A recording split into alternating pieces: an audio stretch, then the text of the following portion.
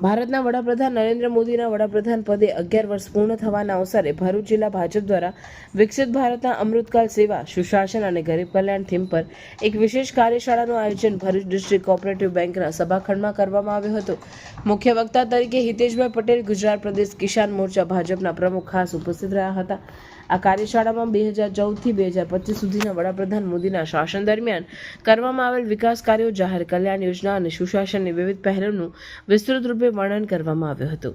કાર્યક્રમમાં જિલ્લા ભાજપના પ્રમુખ પ્રકાશ મોદી, મહામંત્રી નિરલ પટેલ સહિત અનેક અગ્રણીઓ અને કાર્યકરો ઉપસ્થિત રહ્યા હતા। કાર્યશાળાનો ઉદ્દેશ્ય મોદી સરકારના વિકાસ મંત્રીમંડળના યોગદાનને સ્થાનિક સ્તરે લોકોને માહિતગાર કરવાનો હતો। સુશાસનના 11 વર્ષની સિદ્ધિના સંદર્ભમાં ભરૂચ જિલ્લા ખાતે આજે કાર્યશાળાનું આયોજન થયું છે।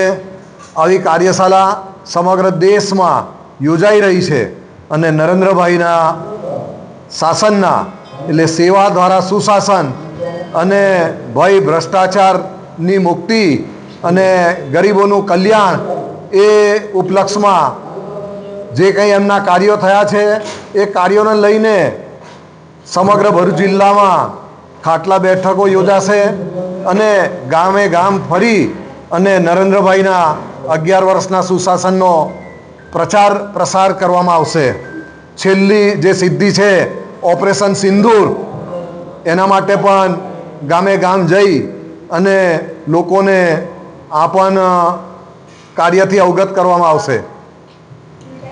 11 વર્ષ પૂર્ણ થવા જઈ રહ્યા છે એ વિષયને લઈને આવનારા સમયમાં ભારતીય જનતા પાર્ટી અલગ અલગ કાર્યક્રમોના માધ્યમથી કેન્દ્ર સરકારની વિવિધ સિદ્ધિઓને લઈ અને પ્રજા વચ્ચે જશે અને કેન્દ્ર સરકારની સિદ્ધિઓની વાત કરશે। આ વિષયને લઈને કેટલાક કાર્યક્રમો નક્કી થયા છે। એમાં તાલુકા કક્ષાએ એક સંકલ્પ સભાનું આયોજન કરવામાં આવશે। એ પછી ગ્રામીણ કક્ષાએ નાની નાની ખાટલા બેઠકો અને શહેરોમાં નાની નાની મહોલ્લા બેઠકોના માધ્યમથી કેન્દ્ર સરકારની સિદ્ધિઓની વાત પબ્લિક સુધી લઈ જવા માટેના કાર્યક્રમોનું આયોજન કરવા માટે આજે ભરૂચ જિલ્લાના આજે આ બેઠકનું આયોજન કરવામાં આવ્યું હતું। ધન્યવાદ।